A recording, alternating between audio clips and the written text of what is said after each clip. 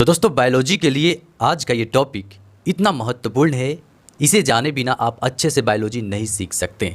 जैसे हिंदी सीखने के लिए ककहारा वर्ण सीखना ज़रूरी होता है, वहीं आज का ये टॉपिक है बायोलॉजी का एकदम शुरुआती टॉपिक, जिसे अच्छा से आप समझ जाते हैं तो आप आगे भी बायोलॉजी को बहुत अच्छा से समझेंगे और उम्मीदन इस टॉपिक से प्रश्न आने की पूरी गारंटी रहती है। तो दोस्तों बायोलॉजी एकदम शुरू से समझते हैं। बायोलॉजी हिंदी आप समझते होंगे जीव विज्ञान, जिसमें जीव हो उसी विज्ञान को बायोलॉजी कहते हैं। तो सबसे पहले जंतु विज्ञान को ही केवल अध्ययन किया गया था। पहले तो ये वनस्पति को निर्जीव माना जाता था, बाद में इसे सजीव माना गया। तो यहाँ पे जूलॉजी जो है इसको पहले अध्ययन किया गया और इसी का खोज सर्वप्रथम किए हुए थे जिसका नाम अरस्तु हैं। उन्होंने ही जूलॉजी का खोज किया हुआ था, जिसके आधार पे ही बायोलॉजी के भी खोजकर्ता का श्रेय उन्हें ही अरस्तु को माना जाता है। तो यहाँ तक आप आसानी से समझ गए होंगे बायोलॉजी को। अब सबसे इम्पोर्टेंट होती है यहाँ पे, जैसे कि आपको जियोलॉजी जंतु विज्ञान में आप समझते होंगे कि वो केवल जंतु ही आते होंगे, जीव जंतु नहीं, मानव भी जंतु विज्ञान में ही आते। यानी कि दो तरह के बायोलॉजी को बांट के अब अध्ययन किया जाता है। पौधे को सजीव मान लिया गया तो पौधे का भी अध्ययन करना अनिवार्य हो गया, उसके बॉडी के बारे में पूरे उसके डिटेल्स में। वहीं अब जंतु और मानव को एक साथ मिलाकर जंतु विज्ञान बोलते हैं। मानव भी वैसे पहले जंतु की श्रेणी में ही हुआ करते थे, आपको ये बात पता भी होगा। तो यहाँ पे आप समझ गए कि बायोलॉजी को दो टॉपिक से अब पढ़ना है, जंतु विज्ञान और बोटनी यानी वनस्पति विज्ञान। और सबसे इंपॉर्टेंट अब होता है, शुरू होती है कोशिका की। दोस्तों यहाँ पे अचानक से आप कोशिका देख के कन्फ्यूज हो गए कि कोशिका क्या होता है, कहाँ पाया जाता है, पैर में पाया जाता है, शरीर में पाया जाता है, त्वचा में पाया जाता है, पेट में पाया जाता है, कहाँ पाया जाता है।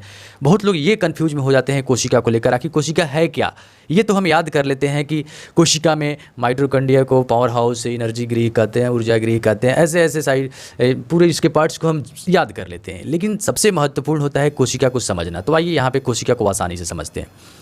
इस फिगर को आप यदि देख पा रहे होंगे आसानी से, यहाँ पे आप देखिए एक ह्यूमन बॉडीज है और एक यहाँ पे घर है। अब आप सोच रहे होंगे भाई बायोलॉजी में घर की क्या जरूरत। समझने के लिए देखिए यहाँ पे, जैसे ये जो घर का निर्माण हुआ है, पूरी घर खड़ी हुई है, इसमें आपको ये कॉमन चीज़ है, ईंट भी है, सीमेंट भी है। तो यहाँ पे जैसे सीमेंट एक दूसरे को जोड़कर पूरे घर को खड़ा कर देता है ईंट के सहारे, वैसे ही यहाँ पे कोशिका का कार्य होता है। यानी कि अब आप समझ गए होंगे कि जैसे यहाँ पे सीमेंट का पूरे पार्ट्स में प्रयोग किया गया है, वैसे ही कोशिका पूरे बॉडीज़ में होती है। यानी कि ये खरबों कोशिकाएं होती है और इतनी सूक्ष्म होती है कि आप या हम अपनी नंगी आंखों से इसे नहीं देख सकते हैं। तो कोशिका काफ़ी ज़्यादा सूक्ष्म होती है। तो इसका खोज जो है सर्वप्रथम रॉबर्ट हुक ने किया था। रॉबर्ट हुक, दोस्तों आप याद करने के लिए समझ जा सकते हैं कि ये इतनी सूक्ष्म होती है कि इसको हुक से निकाल के खोज किए थे। याद करने के लिए ये कोड भाषा है।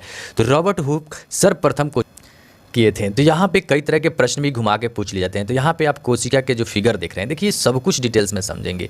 पहले इसकी ये जो इंपॉर्टेंट फैक्ट्स को समझते हैं। तो यहाँ पे जो कोशिका है, यहाँ पे दिखाने के लिए इतना बड़ा होता नहीं है जिसे आप अपने नंगी आंखों से नहीं देख सकते हैं, ठीक है। अब यहाँ पे कई तरह के प्रश्न होते हैं खोज से संबंधित। तो यहाँ पे जैसे रॉबर्ट हुक जो थे, वो जो कोशिका का सर्वप्रथम खोज किए थे, अरे भाई ये पूरे कॉमन बॉडीज़ में है जिससे पूरा बॉडी निर्मित है। लेकिन वो जो था, एक जो खोजे थे वो एक मरा हुआ कोशिका खोजे हुए थे। लेकिन सर्वप्रथम तो भाई कोशिका का खोज उन्होंने किया था, इसलिए उनका नाम खोज में आता है। लेकिन उसके बाद सजीव कोशिका का खोज जो किए हुए थे एंटोनी लीवेन। तो यहाँ पे यदि प्रश्न में ऐसे पूछते सजीव कोशिका का खोज किसने किया था, तो एंटोनी लीवेन ने किए हुए थे।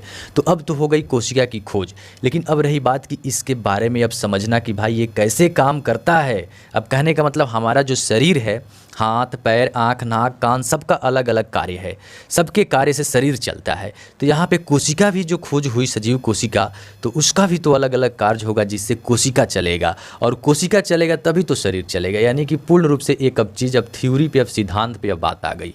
तो इसको कोशिका का सिद्धांत जो दिए थे वो स्लाइडेन एवं स्वान, इन्होंने ही मिलके कोशिका का सिद्धांत दिया था, जिसे यदि प्रश्न में पूछ दे सेल थ्योरी किसने दिया था, तो स्लाइडेन एवं स्वान ने।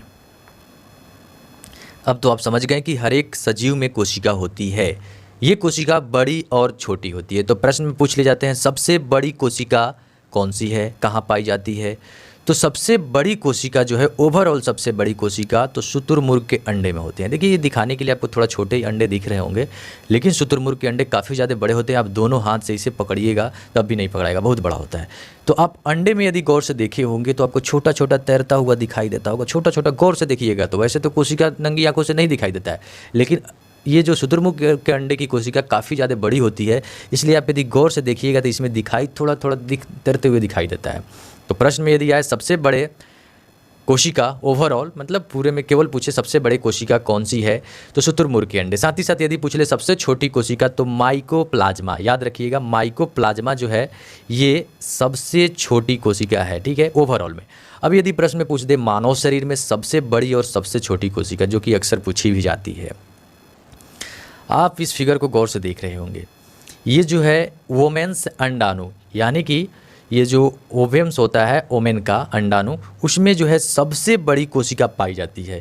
तो यदि आपसे प्रश्न में पूछे सबसे बड़ी कोशिका, तो आप आराम से इसे वोमेन्स की अंडाणु। और साथ ही साथ यदि पूछ दे सबसे छोटी कोशिका मानव शरीर में, तो पुरुष की जो शुक्राणु होती है उसमें सबसे छोटी कोशिका पाई जाती है। तो आशा करेंगे ये चीज़ आप कभी नहीं भूलिएगा, ये अक्सर प्रश्न में पूछे जाते हैं, तो आप इसे याद रखेंगे।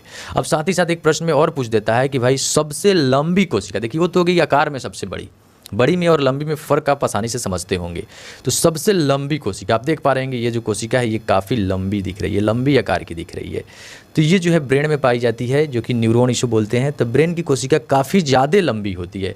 और साथ ही साथ बोल दे कि ये आकार में, यानी कि लंबी नहीं, तो वो आपको ये लीवर की कोशिका है। यहाँ पे देखिए खास एक ब्रेन की कोशिका की एक डिमेरिट है कि यहाँ पे जो है कोशिका विभाजन नहीं होता है। अब विभाजन से आप ये समझ रहे होंगे कि टूटता होगा, नहीं। विभाजन का मतलब होता है कोशिका का नव निर्माण।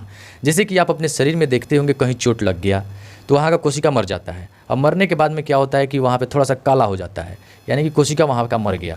अब क्या होता है कि बगल वाला कोशिका अपने से धीरे धीरे वो टूटने लगता है, टूट के इसमें जाके उस जगह को भर देता है, यानी कि नया कोशिका का उस जगह निर्माण जो हो जाता है वही होता है नव निर्माण, यानी कोशिका विभाजन। तो आप इसे समझ जाइएगा, कोशिका विभाजन। जैसे आपको बताएंगे लाइसोसोम का कार्य क्या होता है, कोशिका विभाजन, राइबोसोम का काम क्या होता है, माइटोकॉन्ड्रिया क्या करता है, कोशिका का भी अब अंग, कोशिकांग में ये सारी चीज़ आप आसानी से समझ जाएंगे। जैसे ह्यूमन बॉडी काम करता है वैसे ही कोशिका के अंदर भी बहुत सारे अंग काम करते हैं, जो कि परीक्षा में आपसे हमेशा पूछ जाते हैं, लेकिन आप रट के उसको बताते हैं, लेकिन आप इसको कंप्लीट समझ जाइएगा तो कभी नहीं भूलिएगा। तो यहाँ पे जो होता है कोशिका विभाजन नहीं होता है। जिससे अगर आप सोचिए यहाँ पे यदि चोट लग जाए, तो चोट लग जाए यानी कि जो घात यहाँ पे बन जाए वो घात ठीक होने वाला नहीं है ब्रेन में। इसीलिए आपसे गवर्नमेंट भी कहती है कि भाई कुछ पहनो ना पहनो, बिना हेलमेट के गाड़ी मत चलाओ। इसलिए हेलमेट अनिवार्य है, क्योंकि यहाँ पे नया कोशिका का निर्माण ही नहीं होगा एक बार मरने के बाद। हाथ पैर अदर जगह यदि टूटे तो वहाँ पे कोशिका बन जाता है, सब काम हो जाता है, लेकिन यहाँ पे जो हुआ सो कुछ नहीं। तो इस चीज़ को आप याद रखिएगा कि यहाँ पे ब्रेन में कोशिका विभाजन नहीं होता है। सबसे लंबी कोशिका ब्रेन में होती है मानव में। अब देखिए लिवर की जो बात कर रहे हैं, यहाँ पे जो होता है सबसे अधिक कोशिका विभाजन होती है, यही बात बताने वाले थे। सबसे अधिक मात्रा में कोशिका विभाजन नहीं होती है।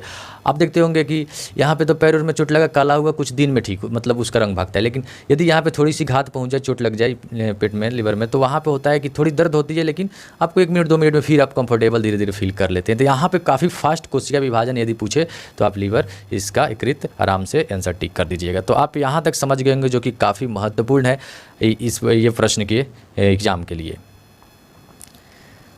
तो देखिए यहाँ से कोशिका को पढ़ना एक काफ़ी इंटरेस्टिंग शुरुआत होती है।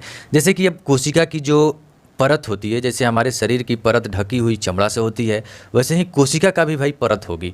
कोशिका झिल्ली बोलते हैं उसको। और 2 परत होती है वृक्षों में। जैसे आप वृक्षों में देखते होंगे तो वहाँ पे एक और परत होती है, मोटी खाल। हम तो कपड़ा पहन लेते हैं, लेकिन वृक्ष में कपड़ा पहनाने के लिए एक और खाल 2 परत कोशिका हो जाती है, जिसको कोशिका भीति बोलते हैं। प्रश्न ऐसे भी हो सकता है। तो कोशिका भीति और कोशिका झिल्ली दोनों वृक्ष में पाया जाता है, परंतु केवल कोशिका झिल्ली जो है ये केवल जंतु में यानी मानव में पाया जाता है। तो यहाँ पे देखिए कार्य हर एक किसी का अलग अलग। ये जो डायग्राम आप देख रहे हैं, हर एक आप नाम देख रहे हैं यहाँ पे, साइटोप्लाज्मा, राइबोसोम, केंद्रक, लाइसोसोम। अब जैसे एग्जाम्पल के तौर पे देख ले, कार्य में ही लाइसोसोम को आत्महत्या की थैली आप सुनते होंगे। क्यों बोला जाता है? अब आप ऐसे याद कर लीजिए, लाइसोसोम आत्महत्या की थैली, कोई उससे फ़ायदा नहीं। देखिए क्या होता है कि जैसे बताए थे आपके हाथ पे कहीं चोट लगी, वहाँ का कोशिका मर गया, नया कोशिका का निर्माण आपको वहाँ पे हो गया। मान लीजिए नया कोशिका का निर्माण हुआ, लेकिन वो जो मरा हुआ जो कोशिका है, तो नया कोशिका का निर्माण कौन करता है? सेंट्रोसोम। यानी सेंट्रोसोम जो है कोशिका विभाजन करके नया बना दिया। लेकिन वो जो अपशिष्ट पदार्थ जो मरा हुआ वहाँ पे काला हो गया, उस कोशिका को भाई कौन पचाएगा? तो वहीं उस कोशिका को वो पचा जाता है, यानी कि उस कोशिका को पचा जाता है, ये काम करता है लाइसोसोम। लेकिन होता है किसी परिस्थिति में जब अधिक वहाँ पे कोशिकांग में अधिक कोशिकांग नष्ट हो जाती है, कोशिका का मान लीजिए कोई एक नष्ट हुआ एक अंग, तो उसको पचा लिया, लेकिन अधिक कोशिकांग नष्ट हो गया उसी में, बहुत सारी कोशिकांग नष्ट हो गई उसकी, तो क्या करेगा, पूरी कोशिका को पचा लेगा। यानी कि वो जो लाइसोसोम जो है कोशिका के ही अंदर का होता है, वो फट जाएगा और उस पूरी कोशिका को पचा लेगा। इसीलिए यानी कि वो खुद में फट के वो लाइसोसोम आत्महत्या कर लेता है, यानी कि उसको बोलते हैं आत्महत्या की थैली, ये एक नाम है। लेकिन वो क्या करता है, ओवरऑल उसमें से जो एंजाइम निकलता है वो पूरी कोशिका को पचा लेता है, तो वो लाइसोसोम जो है कोशिका पाचन करता है। इसलिए आप समझ गए होंगे उसे आत्महत्या की थैली क्यों बोलते हैं। वैसे ही माइटोकॉन्ड्रिया का क्या काम है, राइबोसोम का क्या काम है, ये सारी हम नेक्स्ट वीडियो पार्ट 2 में बनाएंगे ताकि आप बेहतर से समझें। इसको हम ज़्यादा लंबा नहीं करेंगे, फिलहाल ये एक इंट्रोडक्शन टाइप में आपको वीडियो दे रहे हैं ताकि आपको देखते हैं, यदि पसंद आता है तो इस सीरीज को हम कंटिन्यू कर देंगे। यदि इस वीडियो में आपको अच्छी से समझ नहीं आता है तो फिर हम रिफ्रेश करके कोई अच्छे तरीक़ा से समझाने का प्रयास करेंगे। देखना ये है आप समझ पाते हैं कि नहीं। तो इंतजार करते हैं अगले पार्ट 2 वीडियो की। आप यदि समझ आए तो आप कमेंट जरूर करें, इसमें अपनी राय जरूर दें। तो मिलते हैं नेक्स्ट वीडियो में।